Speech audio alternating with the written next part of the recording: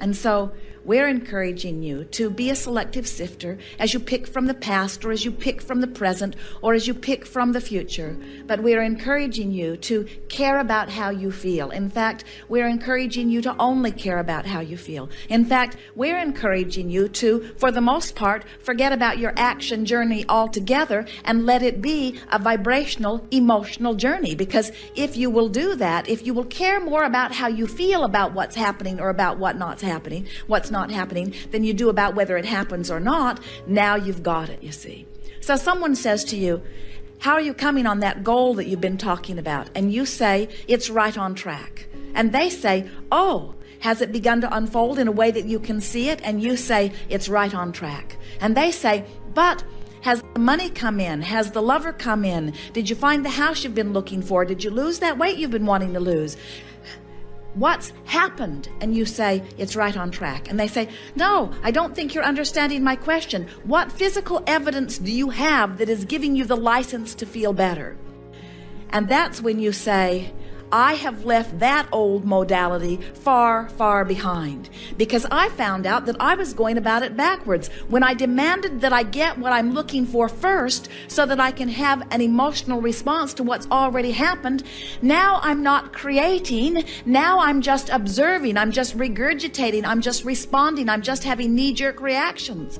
Now I'm a conditional lover. Now I've joined the ranks of the other millions who are trying to control the conditions so that I can have a better feeling in response to the conditions. I'm no longer creating conditions. And if they are very wise in listening to your wisdom, they will say, well, how would someone go about creating a condition? And you would say, by using the condition as I always must to help me conclude what I would prefer, but then immediately taking my eyes off of the not preferred condition while I expectantly reach for an improved condition.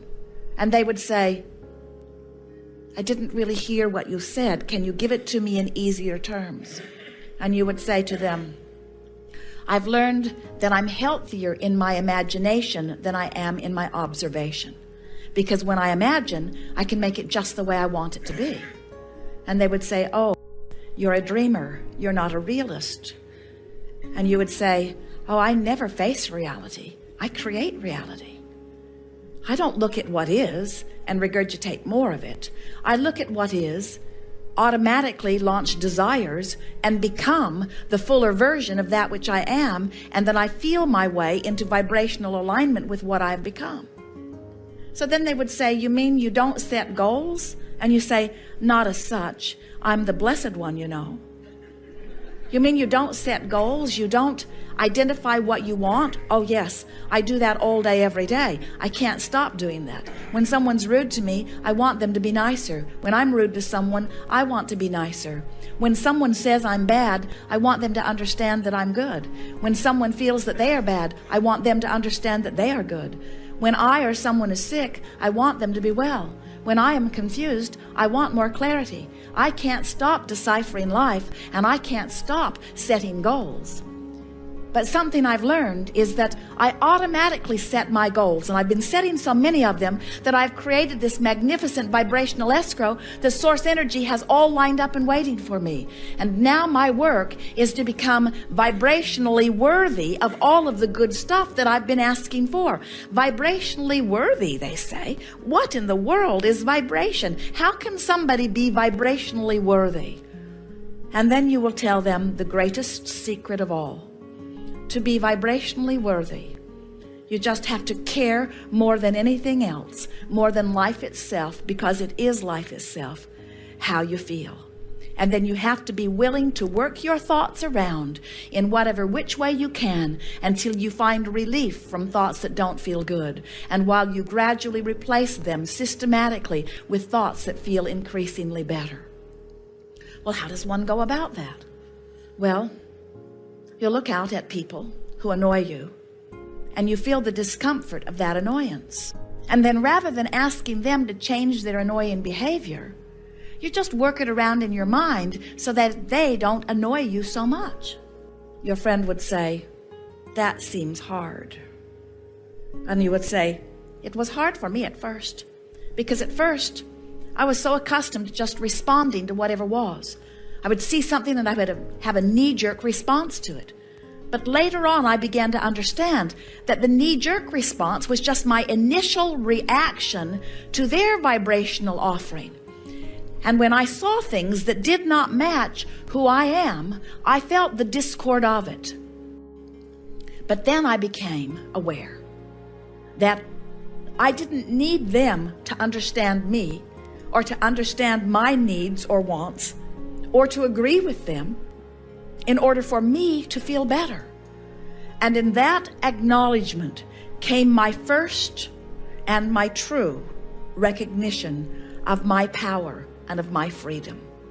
When I discovered that I no longer needed one other person on the planet to be even a little bit different in order for me to feel the way I wanted to feel, I found instant freedom, and I found something else. I found an ability to love them anyway. And when I found that I could love them anyway, I returned to the true nature of my being. And without even knowing I was doing it, I closed the gap between me, and I began to be the source energy being in a physical body that I was born to be. And then, as far as I am concerned, you can tell your friend, then I had my first real birth, where all that I was meant to be was focused with me in this moment.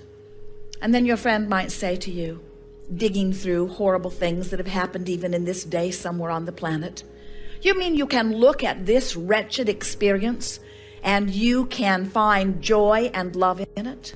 And you say, no, I can't look at things that are horrible and feel good. But by practicing looking at things that feel good, the horrible things don't show up in my life. I have to look pretty hard to find them. Law of attraction doesn't bring me the horrible things when I've tuned myself to the well-being things. And then say to your friend, and anyway, as I look out into this world, there's way more that's going really, really well than is going really, really wrong. Do you know how hard we have to look to scrape up the bad stuff? Who was it that decided that it was our job to find all of the problems and solve them? I found it, you can say to your friend, to be utterly overwhelming. And so I began to tune myself to the good things of life. And more, I am so tuned to the good things of life that only the good things of life show themselves to me. And then your friend might say, don't you feel a little guilty living such good life when there are others who don't? And then you say to your friend, I found out that I could not get sick enough to help sick ones get well. And I could not get poor enough to help poor become prosperous. And I could not find enough confusion to help others be clear. I discovered that through the clarity of my example, by caring about how I feel, and every day contouring myself to vibrational alignment with what feels good, that I not only became the non-physical energy in a physical body that I was born to be, but then, and only then, did I offer a strong enough signal that those who were seeking that sort of clarity could make their way to me. And then you can say to your friend, I believe that you are such a person. I believe that you have made your way to me because of the clarity of my being and because of the power of your wanting. I do not believe that if you did not have something for me and I did not have something for you, that we would even be having this interaction. Law of attraction has put us together for a reason. And then your friend might say, are you saying to me that you have all of the answers to all of the questions and that you are the only one who knows what's right and that I should try to figure out what it is that you are living and I should try to copy your life experience and believe as you believe and do as you do? And you will smile and say, no, not at all. I am not here to tell you what to do or to guide your experience.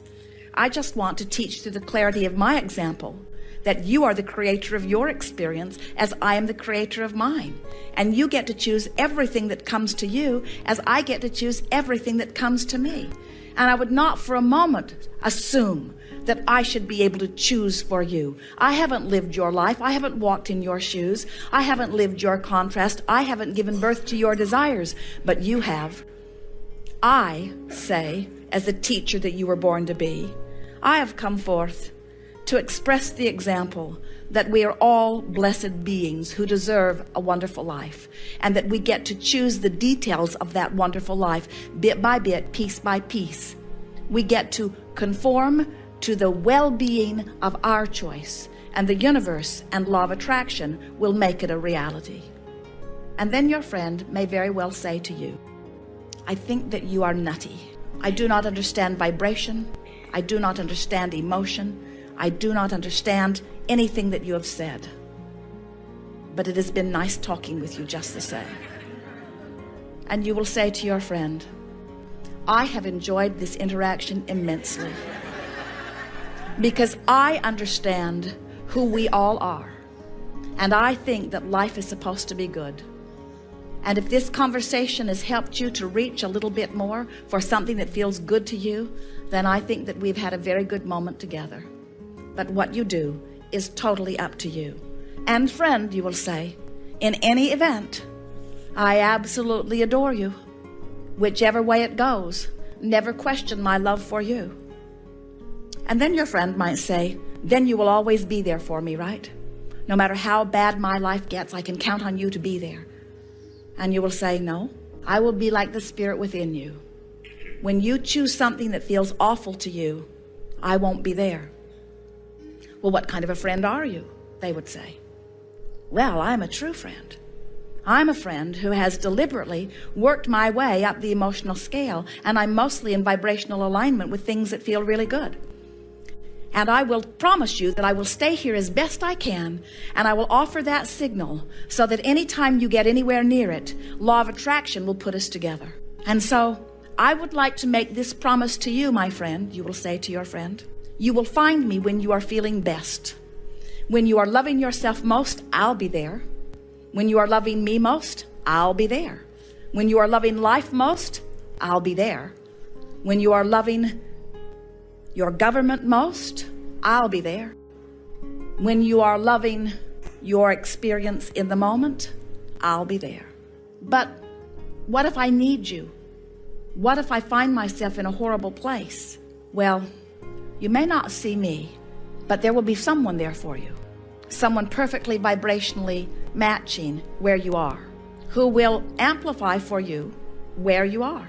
And just beyond that person who is amplifying exactly where you are will be another who represents the best that you can reach for from where you are. And eventually you will be led by one to another, and by to another to another, and by another to another, and another to another, and eventually you'll find your way back to me. Oh, so you do think you have all the answers.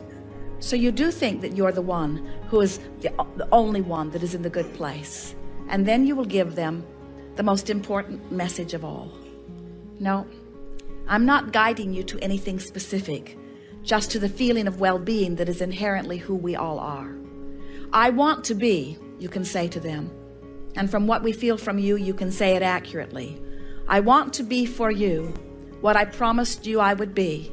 I want to be an example of someone who always strives for fullest connection to source energy. I want to be a catalyst who will be like a satellite dish that will beam pure positive energy into the atmosphere that surrounds me wherever I am.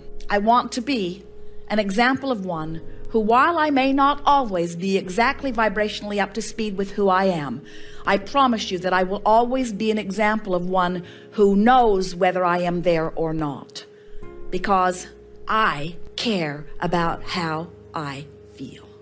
And when you get there, and when you are willing to talk about it to anyone who will listen, you will then be the teacher that you've come forth to be. Because as long as you are willing to beat the drum of what's happening on the planet willy-nilly, indiscriminately, as long as you are willing to give your attention to things, whether they feel good or bad, as long as you are willing to become a vibrational match to anything that does not feel good to you, then you are not the teacher that you have come forth to be. You are a regurgitator.